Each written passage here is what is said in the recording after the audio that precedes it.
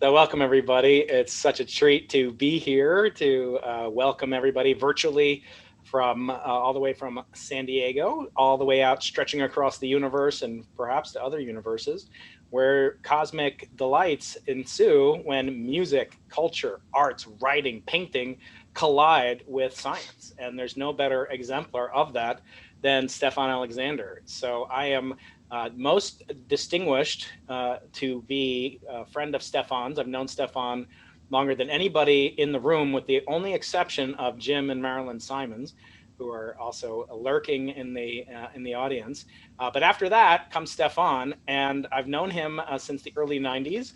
I won't say exactly how old we are, but we are old enough to have known each other since we were young men. And I want to begin with just a quick intro to Stefan and how much of an impact he's made on me. So this is from my book called Losing the Nobel Prize, which is dedicated to Stefan, which kind of pissed off my wife that I didn't dedicate the book to her. Instead, I dedicated it to this man, Stefan. And it says, "This book owes its existence to my brother from another mother, Stefan Alexander. Nothing has changed between us since those late night jam sessions under the bridge as Nobel wannabes at Brown University more than 25 years ago. Then as now, Stefan's encouragement, goodwill, good cheer, and his graciousness have kept me going even through the darkest moments of the universe for me personally. Stefan's been my best friend, my brother by choice, we always say.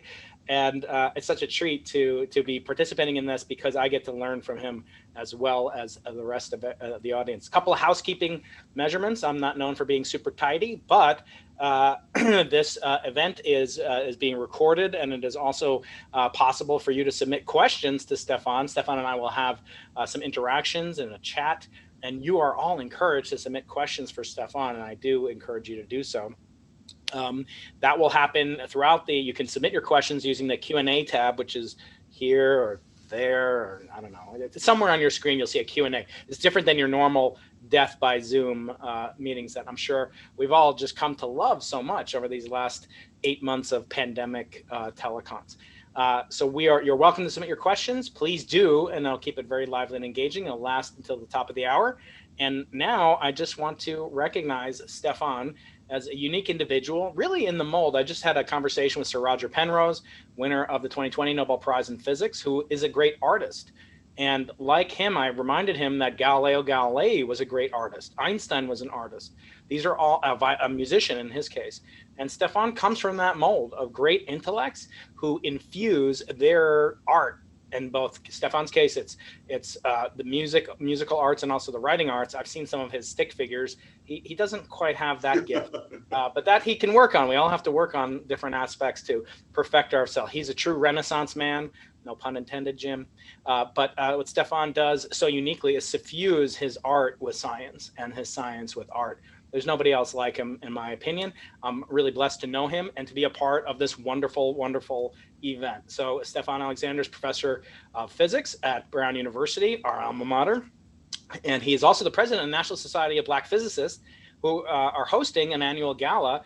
And Stefan helped, along with David Spergel and others in the Simons Observatory, to put together a program that really married these two wonderful organizations, the Simons Foundation, the Simons Observatory, which I am the PI for, with the National Society of Black Physicists that Stefan so ably leads. Stefan, welcome. How are you doing today, sir? I'm good, my brother. I'm good.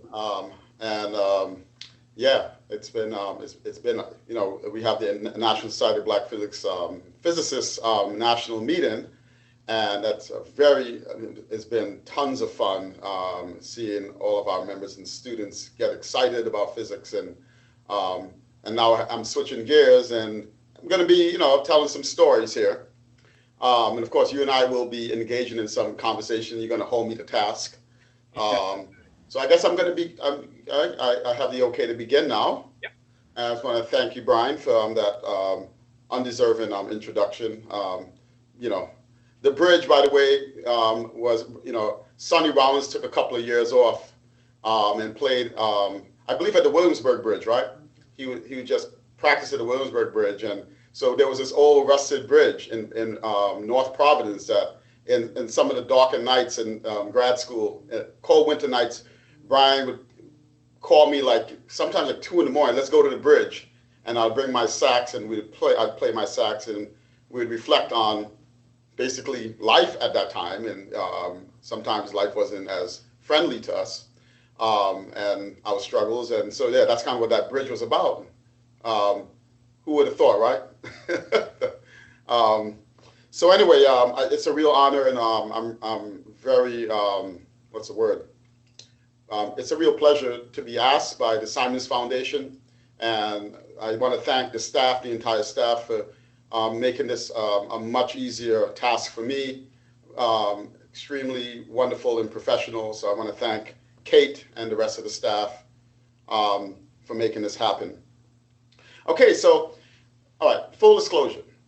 You know, the title is a little bit misleading. I could have chosen a different kind of talk. I could have talked about the Big Bang and the expanding universe and gotten away with it, and it would have been easy. I've chosen a task that's going to be really different. It's going to be challenging for me. So to make it less challenging, I'm simply going to be telling some stories. And in the tradition of one of my great teachers, in spirit, Richard Feynman, I truly believe that embedded in these stories are the lessons. You know, what can the scientists learn from musicians and artists? And I want to make it clear that this scientist. I mean, I think every scientist will have their own story to tell. So this is not meant to intellectualize or, give some sort of, analysis of that, the title really, but merely to kind of like tell some stories about my path as a physicist. I'm a theoretical physicist, and so the kind of work I do involves playing with ideas, playing with equations and devices to beyond learning physics, because we have to learn physics and master our skill set, but to also create new physics and to do physics, the doing of physics. And when I was a high school student, I used to take the 31 bus from Dewey Clinton High School back, where I grew up in the Bronx. And I discovered a book, Surely You're Joking, Mr. Feynman, and I started reading anything I can get from Richard Feynman. And I started looking up all the stuff about quantum mechanics and realized that the equations were daunting and didn't know that I would have what it takes, even though I was fascinated by physics, to be a physicist. I came from a musical background, but one thing stuck out, and it was these diagrams that Feynman drew. Feynman diagrams, you probably see these sort of lines coming in and going out, or even wiggles and these things like that. And it occurred to me that these diagrams encoded the equations, and that Feynman figured out a way, a hack, so to speak, for actually being able to summarize, these hidden processes of nature through what basically is imagery and, art. And so that was the first, I remember when I was younger, a little bit of inspiration that maybe I can do this. Because I remember as a young person, I definitely was more visual. Even as a young saxophonist, I remember I hated playing the notes as C, E, G, F sharp. I tried to figure out ways to visualize what I was playing. I thought there was something wrong with me. I actually learned from Roger Penrose's interview when he got the Nobel Prize. It was on the phone. He also admitted that he was a very geometric thinker. He didn't refer to the equations. So I hope that, at the very least, that my little storytelling, these little stories I'm about to tell, will inspire some of us, some of you, especially some of the younger people out there, to realize that you too can do this. That if I can do this, you too can do this. I kind of want to begin now with, so when I go back to when I finished my PhD at Brown University, I had the great fortune to go to Imperial College in London to pursue a postdoc, and I was working on string theory and trying to interface string theory with cosmology, something called cosmic inflation, which is this idea that the early universe, right after the Big Bang, had this rapid expansion, and in a blinking of an eye, beyond a blink of an eye, the universe grew to be this large system that we see today. But inflation itself was thought to be an incomplete theory. That is, mathematically, it was thought to be incomplete. And I took the responsibility, or let's say my boss took the responsibility that you're going to come and do that, okay? You're going to figure out how inflation works with string theory. Well, I wasn't the only one. A lot of people were working on that, and I felt very intimidated because many of the other postdocs I felt had a lot more skill than I did. And as a result, again, I started quickly realizing that I was over my head with this postdoc thing. And at Imperial, though, the group was very interesting at that time. The head of the group was a guy named Chris Isham, who was actually friends with Roger Penrose. Chris got me involved in dream analysis, of all things, to help me have better intuition in physics. Now, Chris is known to be one of the top mathematical physicists of his generation.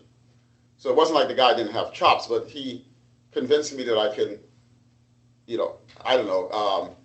excite my unconscious, okay? I was so desperate, I decided to undergo this dream analysis. But Imperial also had something called the Quantum Gravity Cocktail Hour, where we would get together. It was hosted by a great friend and colleague, Faye Dowker, who was a student of Stephen Hawking, and one of the pioneers of a form of quantum gravity called causal sets.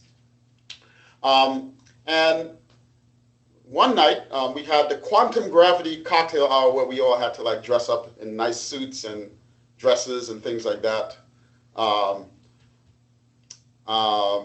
And here we were in Lee Smolin's flat in South Kensington, and everyone was decked out. And I noticed, as we started talking about quantum gravity while having fine French wine, I noticed that there was this gentleman, all decked out in all black. He was also wearing a black turtleneck, and he had a gold tooth. I thought he was like some kind of Russian physicist or something, like Alex Polnareff, Brian. And so at the end of the whole thing, my friend Lee Smolin takes me on a walk to walk this physicist, who I thought would be a physicist. It wasn't a physicist. Back to his studio. It was Brian Eno. And there's a picture of me and Brian not too long ago. We have since remained friends. This was back in the year 2000.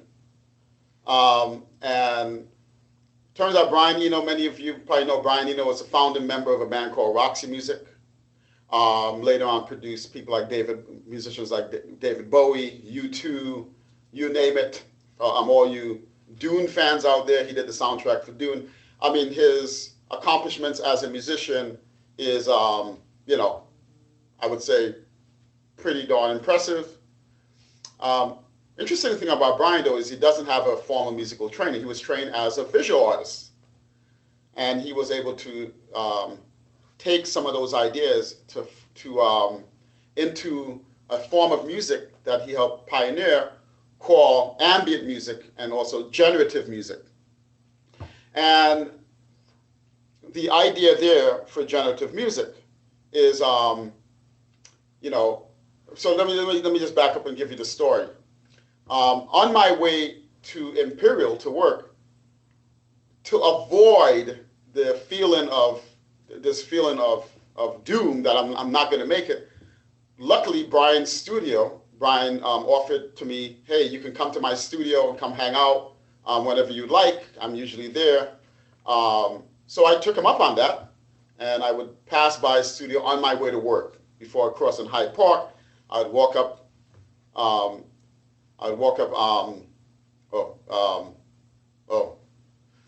what's the name? The Portobello Road, and go into his studio, and a couple of days a week. And we would just engage in small talk, and I got a glimpse into the projects that he was currently working on. And one day I walked into the studio and I saw him completely mesmerized looking at a computer. I'd walk into his studio, so I'm completely mesmerized in a couple of huge computer screens where it looked as if he was playing a crazy video game. Okay, now this is not the crazy video game, but keep this going. The video game was basically based on, I thought he was playing like some sort of prehistoric Atari video game. I thought he was losing it, because every day I would come back to his office, he would just be fixated on his computer screen, and I thought he was losing it. And sometimes he would wear a wizard hat as well.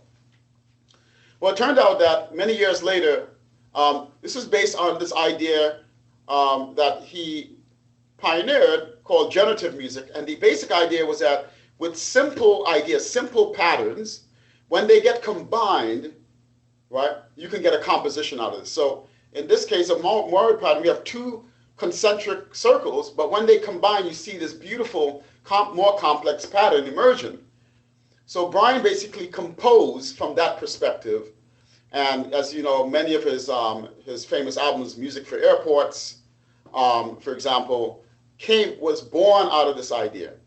Okay, and this idea of at that time, I was very much fixated and caught on the complexities of the equations of string theory, and ultraviolet divergences and these complicated Feynman diagrams. I was so fixated on that this idea, though, that complexity can emerge from simple things. It's okay to actually be dumb. It's okay, and that may lead you somewhere. And the other thing that's interesting is that the birth of ambient music, came when Brian was hospitalized, and he was in a room where he couldn't reach out and control the volume of his record player. And unfortunately for him, the record kept playing, and it started raining, and he realized that the background ambience of the rain made the music beautiful. And that really, again, made me feel okay, that it was okay to not go into the office all the time. So I started going into jazz clubs and nightclubs to work on my equations. Actually, it was sort of deliberately placing myself in sometimes uncomfortable environments where I would do my physics. So these are the kind of things that actually did help me break some ground, and actually was able to be fortunate and publish one of the first papers that did interface string theory with cosmology. And I don't think I would have done that without that type of inspiration from Brian. So the important lesson there is it's okay, right? It's okay to be wrong, to make mistakes. And this will come back in some of the other vignettes. So I want to move on to going back and forth to New York. I used to go to New York because that's where I'm from, and I had the great fortune from Brian Greene to come visit his group at Columbia during the summer times. And one summer, I was in New York in a yellow cab uptown with my friend Jaron Lanier. And my friend Jaron is one of the pioneers of virtual reality, but he's also a musician like myself. And he said to me out of the blue, "Hey, Stefan, would you like to see my buddy Ornette?" So I thought he was talking about some random dude named Ornette. I said, "Well, whatever." He said, like Ornette Coleman. And I want you all to understand something. The very first time I heard the saxophone on the radio was when I was 12 years old. I heard Ornette Coleman. And my jaw dropped, and I said, "When?" And within a couple of, we were uptown. Next thing you know, we're in Midtown, and we're in Ornette's flat. And I go up into his flat, and now I'm going to shame myself and put on an Ornette Coleman accent. And Jaron goes to Ornette, "I want you to meet my friend Stefan. He plays the saxophone." And I said, "Please don't tell Ornette that I play the saxophone." And he goes, "Well, plays the saxophone, but Stefan's also a physicist." And then all of a sudden, Ornette had this very serious look on his face and said, "Well, what do you work on?" Again, this idea for me that really caught me at that time was he was really serious. He really wanted to hear me talk about my science. "So what are you working on?" I said, "Well, at the time I was actually working on objects in quantum field theory called vortices." It also finds a place actually in Jim Simons's world in geometry and topology. A vortex is a good example of a vortex is the eye of a storm, right? It's an object that is string-like, and it has a whirl in motion. Okay, or if you see water go down a drain in a sink, that's also a vortex. But at that time, I was actually working on the same kind of quantum mechanics that Richard Feynman helped invent, called quantum field theory. I was working on some projects, involving vortices. And so in my mind, I was really caught up on the math. I was caught up on the equations and kind of stuck on something at the time. And Ornette goes, after I explained the vortex to him, he goes, well, I played a vortex. I thought this guy was joking. I said, you played a vortex? In my head, I said, you played a vortex? You must be kidding me. Then he pulls out, he has a white saxophone, he pulls the white saxophone out, and he goes, I'm going to show you a couple of notes.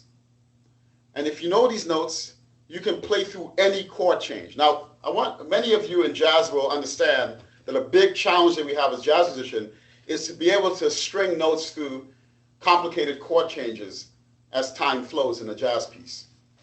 So the fact that he was giving me this hack, and of course, stupid me, you know what? I wrote it down on a piece of napkin and I lost the napkin. Many years later, whenever I tell my jazz friends that Ornette gave me these notes, they want to basically throw me off a building, okay? They're really mad that I lost these notes. But anyway, back to my story.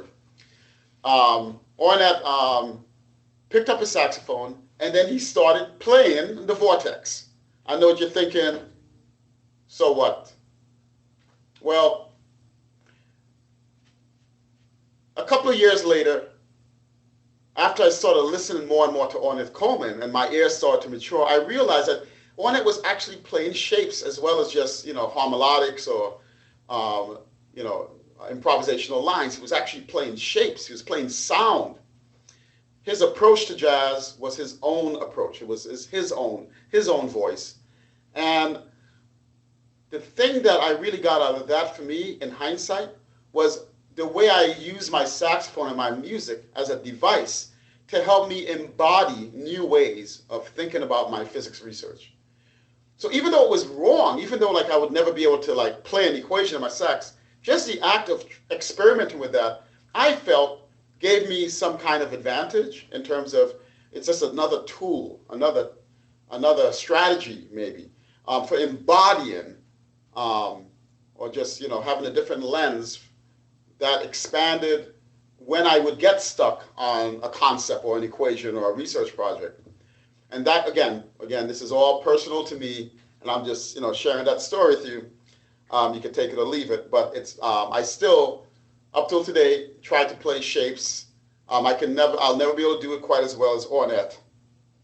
And one final amazing story about Ornette that still blows me away is I have a friend, Ani Patel, who's one of the pioneers, a neuroscientist, that pioneered the interface of language, music, and the brain. And in fact, he wrote a book called Music, Language, and the Brain, and he had won the ASCAP award for the best book of the year. And he invited me, of course, along with his uncle and his wife, to receive that award at Lincoln Center. And to return the favor, I knew Ani was a big fan of Ornette. So I said, hey, by the way, I want to take you to see Ornette. And of course, his jaw dropped. Next thing you know, we're in Ornette's apartment, his flat. And Ani came to Ornette with all these crazy questions, theoretical questions about Ornette's theory of harmonics. And so he's just hitting Ornette with all these questions. And Ornette gives Ani a look and says, a very kind look, and says, I'll answer your question after you tell me where an idea comes from.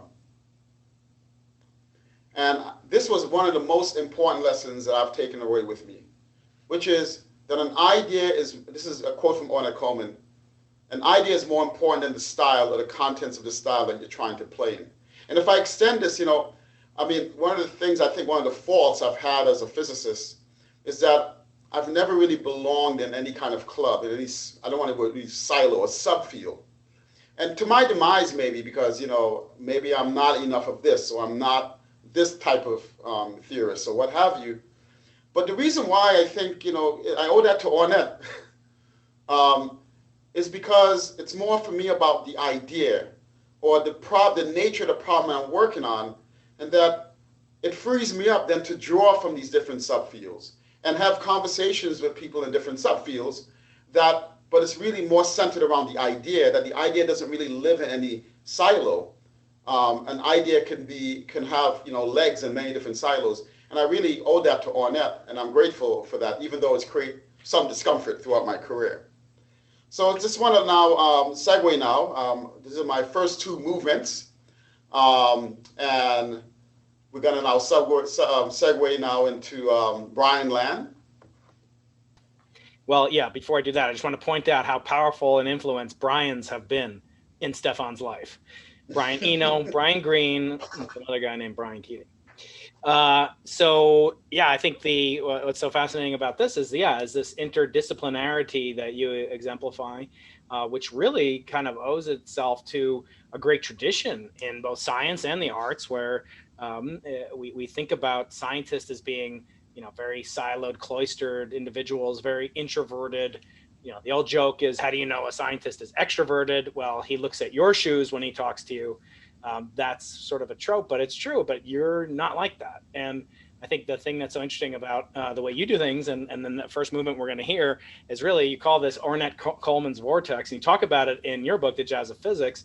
And it's no more disparate, especially from people like me. When I look at you, I look at it like an Einstein. I know I can't be like an Einstein, or I feel like I can't be an Einstein. But and similarly, join the club. Well, Jim Gates, our friend Jim Gates, says, even Einstein wasn't Einstein. He's rumored to have made a couple of blunders, which is too bad because he could have had a good career. But getting back to you, like, I can't even, the only instrument I play is the iPhone. It's like I don't have any musical abilities. But talk a little bit about this very quickly. The vortex, Ornette, the first movement that we're about to hear. What should we listen for? What give us the insight into it? What should we be listening for? Oh, good. And in some ways, it goes back to Brian Eno's and his idea of ambient music. It's sort of like you have this background sound. You don't really want to focus on it. You just want to be sort of embracing. Just let it be in the background. I think that when you just listen, when I listen to Ornette, I listen with zero analysis. Just hear and listen for sound. Don't listen for music. Just listen for sound, for something. Listen for it to hit you viscerally. Okay. Great, yeah. But definitely listen without any analysis. Or actually, another way Ornette likes to put it to me, it's like when we speak, when we have conversation, right? I'm not listening to see the syntactical structure of what you're saying. I'm just listening for the meaning. We're communicating. That's a function of language. And Ornette always felt that his playing was literally like a linguistic thing. So listen to it as if like he's speaking to you, rather than it's like a bunch of notes coming out. We're going to talk next about another power. In Judaism, we call you a matchmaker, matchmaker, shachan. You're making all these matches. What is it about? Is this another thing that's kind of unique to you? Your ability to recognize, that, this person over here is really going to like, this person over there. You've introduced me to, numerous now lifelong friends. And I wonder, is that something, again, that's unique to you, unique to your upbringing? Do they teach it to you at DeWitt Clinton, in the Bronx, up there? I'm just a simple guy from Long Island. Where do we develop these two? And are the soft skills, by the way, in science as important as the hard skills, as your technical skills, your computational, theoretical, my experimental? What about the soft skills of interpersonal relations? How do you learn that? Can you teach that the way you could teach the saxophone, if that's even possible? I think that's a hard question, by the way, Brian. You always manage to ask me the hard ones. Well, I know definitely growing up where I grew up. I mean, like we used to play a lot of basketball on the street courts, and we played a game called 21. I was always a kid that was never picked to play on the team, and so I remember feeling just even at that young age what it felt to be rejected. Just like, oh, why didn't you pick me to play? What's wrong with me? I think that, and also I'm the eldest of 6 kids. I have 4 brothers and 1 sister, and just like navigate. When you're young, how do we all get along in this house? And so I think there's a sensitivity to wanted to see, not just see, but just that, just see that kind of harmony. There's a joy in that as well. That in itself for me is a form of art. Like you're kind of like painting with people's relationships, right? So yeah, it's something I've always just gained a lot of joy and pleasure from introducing people to each other. Yeah. So I think it could be as simple as that. Oftentimes it doesn't work, but when it does, it brings you a lot of joy. Yeah, and I do think that actually you are a soothsayer because the next movement is actually going to be about one of those stories, actually. So thanks for bringing that up. Yeah. Yeah, I think it is refreshing because we have this attitude in science that we keep everything very, very personal. We don't share sometimes. We're afraid of being scooped or being outed, or maybe we have, imposter syndrome, so to speak. And dealing with that, I was pointing out, we were chatting the other day, and I'm like, even, Galileo, here's Galileo over here. He kept his secrets of how the telescope worked from his good friend and, European neighbor, Kepler. He didn't want Kepler to have a good working copy of the telescope because he was afraid he would be scooped. And it's too bad, again, because Kepler had the right idea about things like the Earth's tides being caused by the moon, and Galileo accused that of being basically an occult hypothesis. But Kepler was right, Galileo was wrong. Again, Galileo could have made a name for himself. It's really too bad. But we're going to talk also in the third movement about Ned Kahn. Are you ready to talk about Ned Kahn? Yes. Yeah, yes. Let's go. So who is that? And first, the vital role of our mutual friend, Casey Cole. Talk about Casey first, and how did that come to be? Yeah. Well, Casey came in. Casey's one of my heroes. First of all, as you know, she was a pioneer. She was one of the first women journalists. She was a science journalist. Had a column at the Los Angeles Times. And interesting. When I was a postdoc at Stanford, and Brian, you were at Caltech at the time. We were both trying to make it through. I got to know Casey at an Aspen Center where she was doing an article on Aspen Center, and we really hit it off. She was one of the early imports of Frank Oppenheimer's Exploratorium, and we've remained great friends, and she's helped me a lot, in terms of my writing. And Casey one day contacted me. We were on the phone talking, and I said, she goes, I really want you to meet this friend of mine, my dear friend. He's the nicest guy in the world. The first thing, Casey has never used that term for anybody else, so I knew she kind of really meant it. And she goes, oh yeah, he's one of the first, and in passing, he's one of the first MacArthur Award winners in art. And he's doing this project at the International Space Center. He's trying to create this art, and he's being challenged by that. And it's about the vortex. I was like, oh. And I figured that you're like the perfect person to talk to. I was already intimidated because I think he was the first MacArthur person, the Genius Award. No, actually, David Spergel was a MacArthur Award winner. So Ned was a second, but David is not an artist. For many of you out there, David is the director of the CCA here at the Simons Foundation, and a great astrophysicist. But anyway, so I get on the phone, I meet Ned, we get on a Zoom call, and he really was a great guy, completely humble, and he revealed to me. He goes, Stefan, I'm an outsider. I took a few art classes in college, but I dabbled in science, and I got a chance at the Exploratorium, and I had my feet in different things. I felt like he was a kindred soul. And then he goes, I said, so what, how do you think of your art? And he goes, well, I take the invisible in nature and make it visible. So if you we'll see a piece that he we'll see a couple of his works in a second.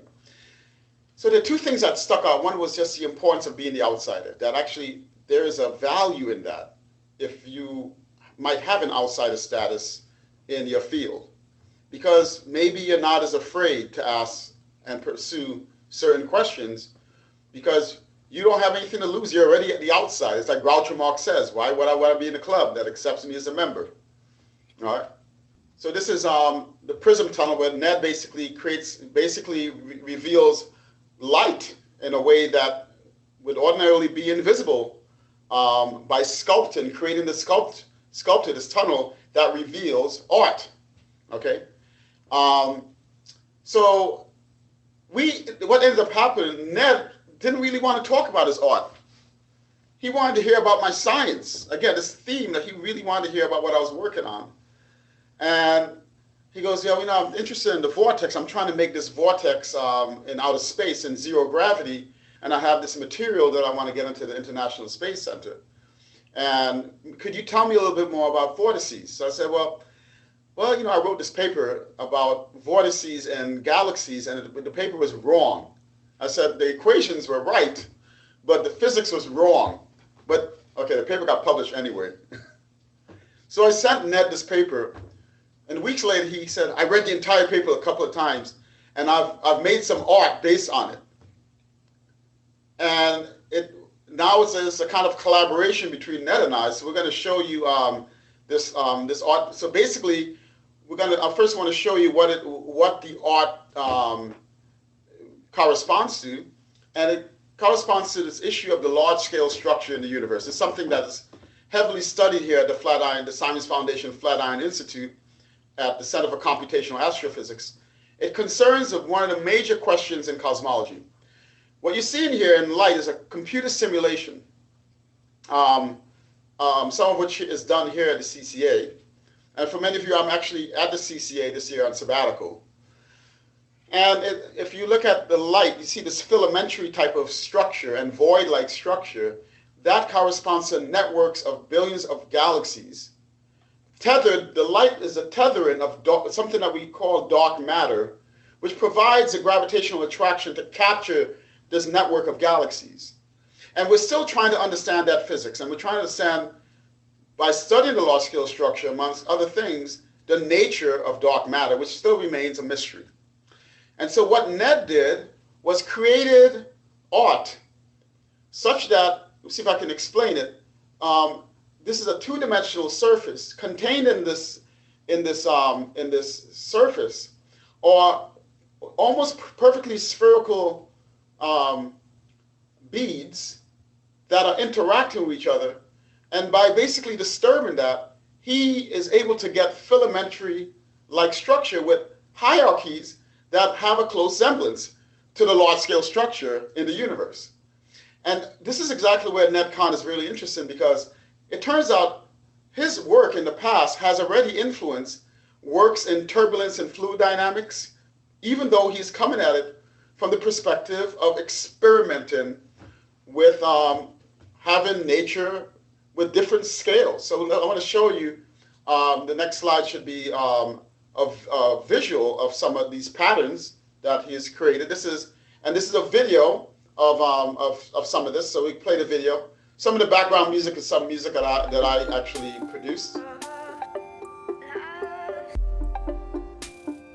So you can start seeing these void-like and filamentary patterns. And this is like a tiny, let that keep playing.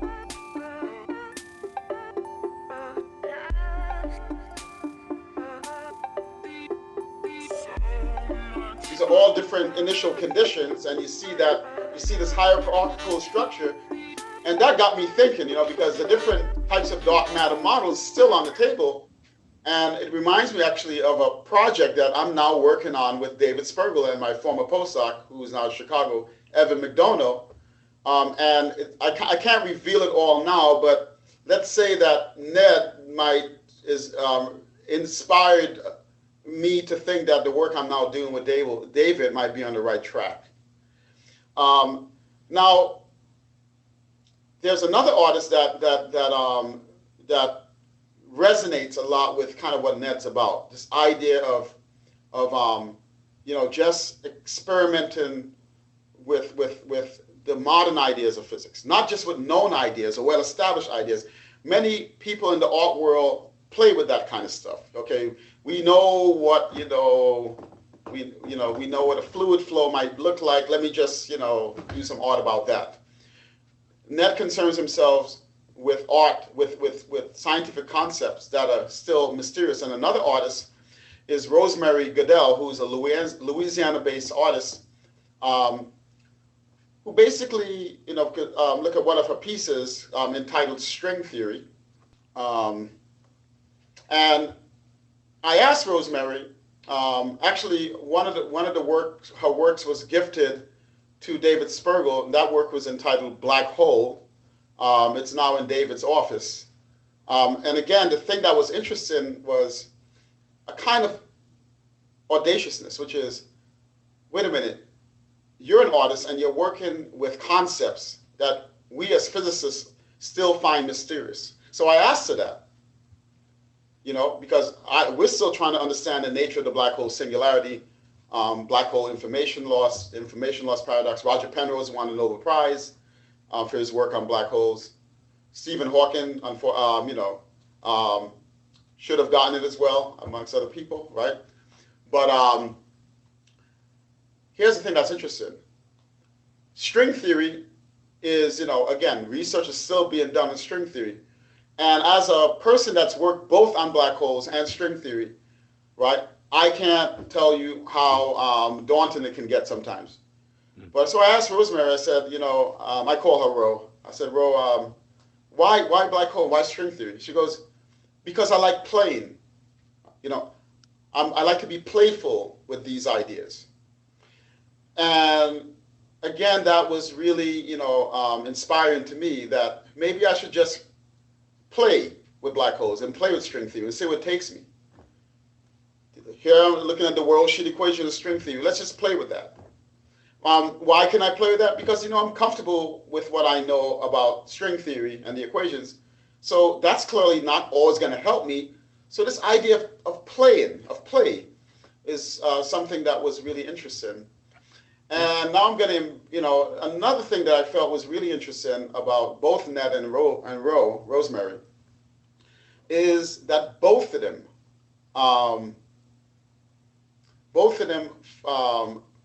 are highly engaged in contemplative studies.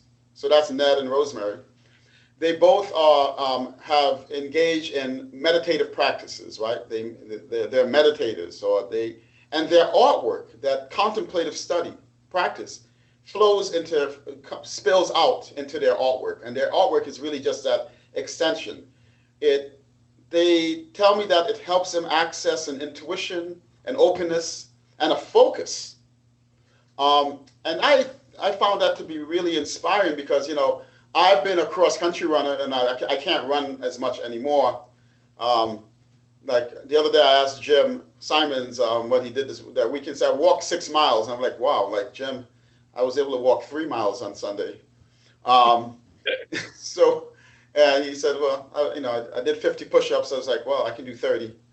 But I was an avid cross-country. He's always chasing Marilyn through the park, so. So I was an avid cross-country runner all throughout college, and I found that when I would go on those runs, those long runs, it was able to allow me to access certain ideas and thought. So I was inspired that, again, and encouraged by. So maybe as scientists, maybe we should pay attention to some more contemplative things. More, maybe Brian should I know Brian, you still surfing? You still surf? Yeah, I surf waves of gravity. Right. Do you have a contemplative study yourself? Yeah, well, that's very astute that you mentioned that. Yeah, certainly doing that. I'm a pilot, that when I'm flying. Try not to be super creative when I'm flying. That's usually not. But yeah, certainly when I'm surfing, when I'm with my kids. I want to just take a quick pause here to remind people, please, there's only 2 questions, 3 questions maybe in the Q&A. Please put your questions there. We're going to turn to questions in a minute. But I want to bring up one of your other talents that I've witnessed firsthand, and it's that you're an amazing father. And I want to know, for people out there, I always say that I'm a doctor, not the kind that helps people, but my prescription for all children, all parents, and even non-parents, you have a child in your life, my prescription, Dr. Keating says, get them a small telescope. Because with this telescope, even from the wilds of New York City, you can see all the craters on the moon, all the rings of Saturn that Galileo saw in Padua in 1610. So do you have advice for parents that want to stoke the creative urge? I'm down to just bribing my kids at this point to take piano. What do you recommend as a father to stoke the creative side of your daughter or other people's children? My children, you're like the uncle to them. But how to inspire them, to inculcate a sense of awe, I'm the wonder, great love. pumpkin. That's right. They're watching.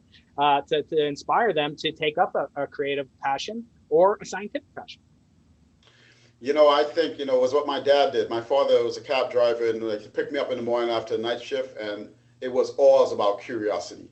Like that natural, what they already have, that natural curiosity, and really just engaging them in curiosity. And you know what? I do this with my students. It's all curiosity driven. Um, and so I would say curiosity first. Okay. Yeah. Um, And we have and so we're going to move on, Brian, to yep. the last part of the vignette. And unless you have one more thought bubble. Oh no! I have we have a bunch of questions now that are percolating in. So yeah, let's. So you want to pause to take a few questions before I continue? Is that good? Yeah, we only have time? 11 minutes before the vortex sucks us all out into Zoomland. Let me take a question here. Is there a scientific equivalent of improvisation? This is from Mustis. Yes, actually, I spent a lot of time thinking about that. In my book, The Jazz of Physics, there's an entire chapter where I show the Feynman path integral, which is the idea that a quantum particle traverses many different paths at the same time. And that's a very hard thing to conceptualize, although we could write the equations down. And what I showed was that an improvised jazz line, a set of notes, is very similar, basically, to the Feynman path integral. So we can now reimagine that a quantum particle is actually improvising its way from point A to point B. So there's a whole chapter in my book about that. That's a great question. Yeah. We have a question from someone named Anonymous, which is what I was going to call my second child. What do you see as the biggest distinction between what an artist does versus how a scientist expresses themselves with their work? That's a really tough question. And I think the medium could be different. But I think what I'm going to end with actually is, so let me save that because the ending of my talk might be an answer to that question. Okay, yeah, we only have about 9 minutes left, so let's crank through very quickly. I want to, now talk about my another friend and collaborator, Justin.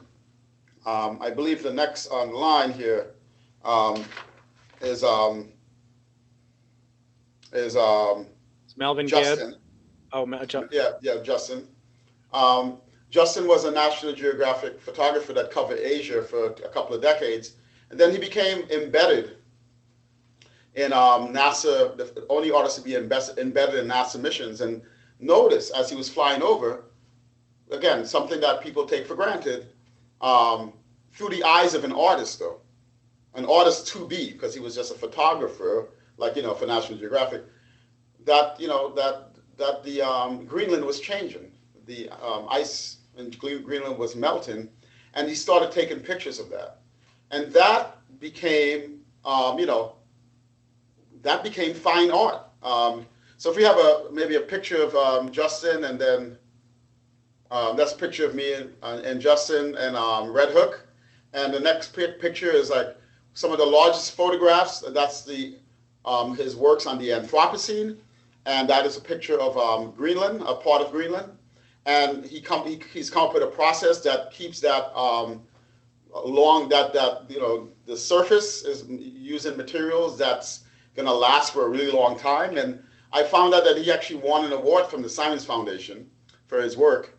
And again, Justin's idea there, I asked him, I said, I was always trying to understand, well, why is this art? He said, because for me, art is about taking something that you might take for granted and giving it a completely different shift in perspective, and all of a sudden, it's something else. It's something completely different, and that really, again, got me thinking about my work. Whether the things that the equations and the concepts we just take for granted, and it's like they're solidly there in solid grounds, and just giving it a different perspective. One of the things I've been working on over the years is a piece of mathematics that Jim created with his colleagues Chern, called Chern-Simons theory. And it's really amazing of how all the different perspectives of that mathematics had led to a number of Nobel Prizes, including some stuff that even Brian and I work on, Chern-Simons gravity. Brian's trying to observe it, and I'm trying to understand it. And my friend Melvin Gibbs. So in my book of Jazz of Physics, I was trying to understand this diagram that John Coltrane drew. Maybe we can get to that diagram. Coltrane, as you know, is one of the great, probably in my opinion, the greatest saxophonist. In my opinion, him and Charlie Parker, and Sonny Rollins, and you see, I can't make my mind up. But this is a hand-drawn diagram that Coltrane had because he was a big fan of Albert Einstein, and he wanted to do for music, he said, what Einstein did for physics. So this is what Train came up with, and I tried to understand this in my book, The Jazz of Physics. And if you see the next thing here, this was what I came up with. And actually, there's a mistake there. Those should be the outlining of the notes on the blues scale. And my friend Melvin Gibbs, this is a picture of me and Melvin in the next slide here. And this is actually my friend and colleague Jana Levin. She runs a great outfit called Pioneer Works, and this is a night at the Pioneer Works. And that's Melvin Gibbs, who's a great bassist, Grammy-nominated musician, played with, the Rollins Band, some of the great Brazilian musicians. I mean, he's, one of the great bassists, top bassists, according to Jazz Time magazine, electric bass, and artist as well. And that's Jerry Harrison, who is the guitarist of the Talking Heads. So anyway, Melvin noticed a mistake in my book. I don't want to get into that, but that mistake basically became, after we debated about the mistake, it became the concept for compositions that we wrote together, and we made a band out of that ended up playing at the world's largest avant-garde festival called Vision Fest right here in New York City, where we premiered this music. So that's the next slide. And it goes to show you where when you have an artist and a musician, that's the next slide of the musicians at Vision Fest. So that's a picture of us on stage, and you see some great musicians playing with us. The great Mark Carey, Graham Haynes, David Pleasant, Ronnie Barrage, who played with Wayne Shorter. And so yeah, it goes to show you that what a mistake can do for you, right? Maybe the mistake didn't at that point help me in my science, but it definitely helped us create some really interesting music. Yeah, serendipity. Yeah. And then, I want to go to the, last person who's been very influential, one of my dear friends, Will Calhoun. And Will, it's a picture of me, Will, and Jaron back in San Francisco back in the days, 20 years ago. That is a glass of grape juice. Maybe it's Kool-Aid, I don't know. But anyway, so I met Will many years ago through my friend Jaron. They're all dear friends. They used to play at the Knitting Factory. And Will is, multi-Grammy Award winner, drummer, noted by many to be the top drummer on the planet. But Will could never get enough of me talking science with him. Again, there's this common theme that basically there's nothing, if there's something I want you to take away from this whole this set of stories, is that there's a selection effect here. All of these artists or just people that really love talking science with a scientist. And guess what? There were a lot of times throughout my career, those were the only ones that really wanted to hear what I had to say, what my ideas were. So, yeah. And so Will was that dude, and Will was able to incorporate some of these things that I talked about into his drumming. Okay. In fact, Will is working on a piece of music that's based on a story that a short story that Jim Simons wrote, having to do with cycles that don't repeat themselves. And Will took that on as a challenge. That's actually a very challenging thing for a drummer to actually do. Well, that's to be continued after we actually hear what that music sounds like. We only have a couple minutes left, Steph, so we got to be super efficient before we get sucked into the black hole. So that is pretty much, those are all my stories. And I want to end now with the final, I think the most important lesson that I got out of all this journey so far, is that all along, here I was engaging in other stuff, is that what these musicians and artists made me realize that all along, as a scientist, that there's an art in what we do as scientists. And just by making that more explicit, making that more in view, to me, it just, inspired me to realize that in our science and what we do as scientists, there is an art to it. Mm-hmm. And so I want to end with that last something that the artisan Brian claims that he's not an artist, but that's not true. 30 years ago, when no one believed that we would be able to detect polarization in the early universe, Brian was away in the basement working on the first amplifiers. And if you see a picture of that grew into the polarimeters now used in the Simons Observatory. If you look at that in its own right, I think that that's a beautiful work of art. Yeah. So I want to thank you all for having me tell my stories. And again, this is nothing serious, it's just a bunch of stories. And I hope at the very least you found these stories to be fun.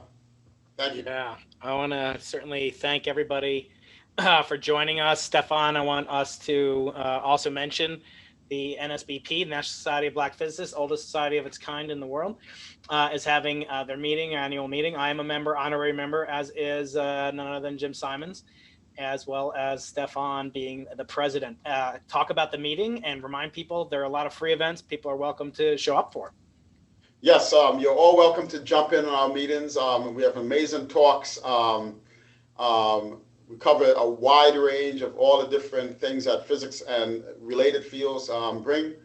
We have on the order of 1,000 people at the meeting from all over the world. And, we're soon to celebrate our 50th anniversary. And one of the things that we're most proud of, the next set of talks will be the Simons NSBP Scholars, a new program. And we're very proud to see that 70% of those students that engage in research with researchers from the Simons Observatory and the CCA. And I found out from Jim that if the program is going to be expanded next year, that 70% of those students are going to be applying to PhD programs. So I just want to, I'm very, very proud of that. And so please jump in on the next talks at the NSBP meeting. And so thank you. Everybody. Thank you so much, the foundation. And thank you, Stefan. Enjoyed all these questions. Sorry we couldn't get to them all, but have a wonderful weekend. Thank you, Steph. All right. Thank you, Brian.